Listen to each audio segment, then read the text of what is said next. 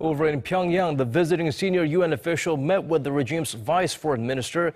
Details remain vague, but Washington hinted the envoy was not carrying a message from the U.S. Kwon Jang-ho has more from the high-level talks. Jeffrey Feltman, the UN's Under-Secretary General for Political Affairs, has started meeting with North Korean officials in Pyongyang.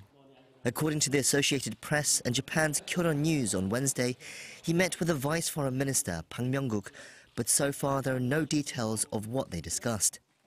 The UN spokesperson said on Monday that the Undersecretary would also be meeting with the Foreign Minister, Ri Yong-ho, during his 4-day trip, and that there would be, quote, wide-ranging discussions.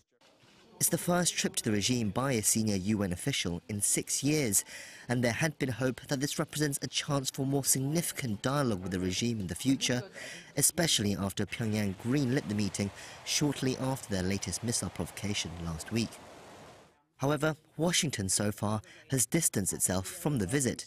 The US State Department spokesperson Heather Nauert said on Tuesday that it is aware of Feltman's trip, and although he is a US citizen, he's not traveling on behalf of the US government and was not traveling with any kind of message from the US government.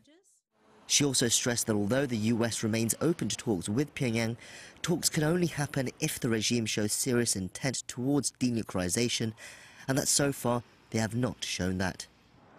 Meanwhile, the US Department of Defense on Tuesday rebuffed claims that family members of US troops in South Korea should be moved out.